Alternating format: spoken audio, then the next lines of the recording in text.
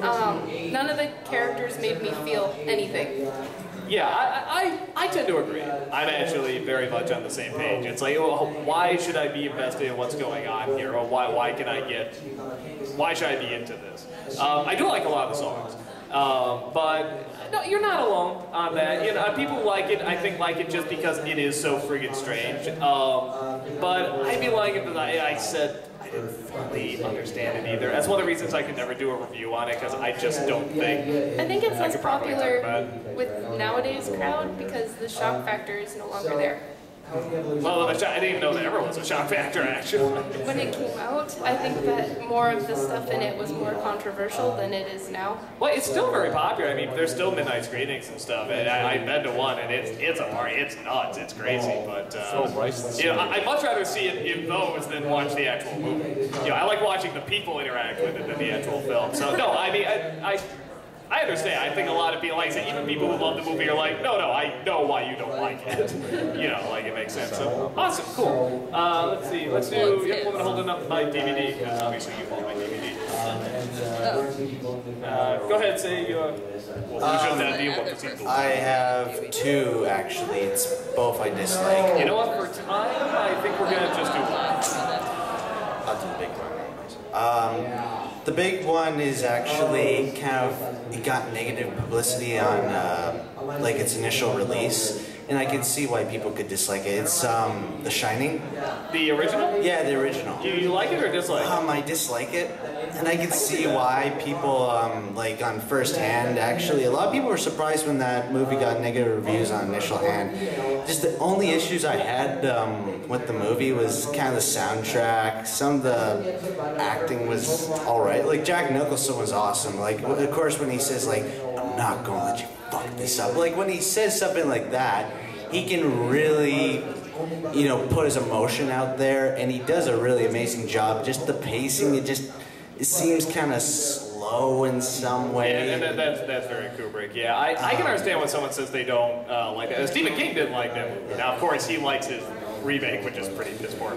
But yeah, I mean, there's not a lot of clear answers. It doesn't make a whole lot of sense. The acting from Jack, you know, a lot of people say is very, very over the top and stuff. I mean, I can understand when someone says they don't like it. So no, that definitely makes a lot of sense. So awesome. We got time for one more here. So let's go ahead and hear it here. Okay, so I'm probably gonna get yelled at this for yelled at. What? Okay, I didn't like Spirited Away.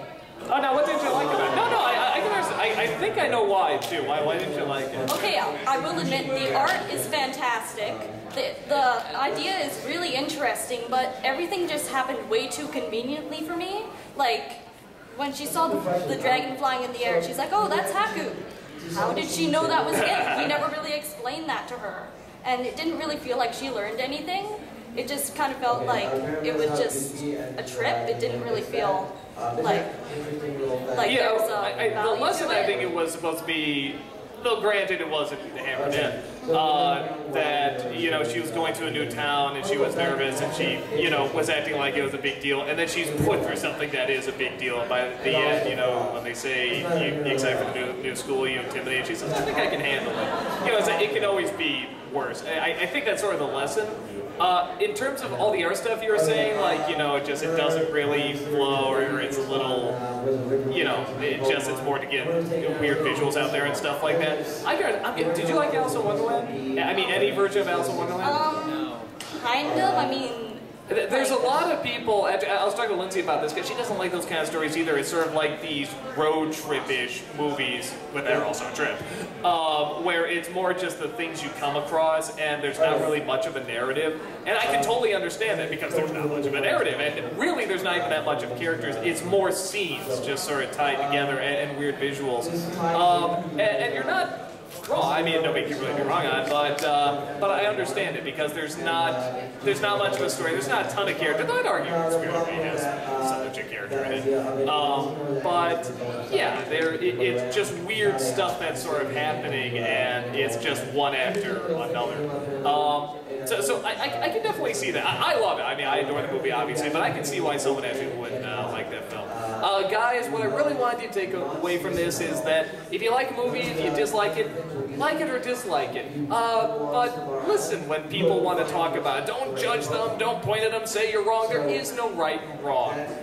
There's, you know, just what you like and what you dislike and talking about it. You can learn so much about, you know, a person. You know, there's so many people that, you know, they say something and people applaud or they boo or whatever, and you just, but at the same time you find other people are like, I agree, let's talk about it, or I disagree, let's talk about it, and you just discover so much. So, yeah, so just be open, listen, share, and have fun. Thanks so much.